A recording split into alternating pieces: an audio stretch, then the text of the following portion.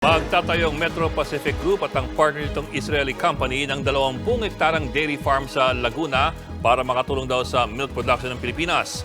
Sa ngayon kasi, inaangkat ng Pilipinas ang 99% ng fresh milk mula sa ibang bansa.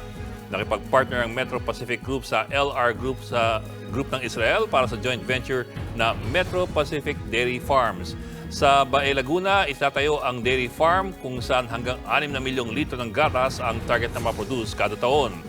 Sa 2023, sisimulan ang konstruksyon ng farm at nasaang magsisimula ang operations nito sa 2025 or 2026. Nasa 2 bilyong pisong halaga ng itatayong state-of-the-art dairy farm. Ayon sa Metro Pacific Group, ang konsepto ng proyekto ay mula sa Papua New Guinea na dati ring nag-aangkat ng halos 100% ng fresh milk requirements nito. It was a complete surprise to me that Papua New Guinea was like the Philippines before.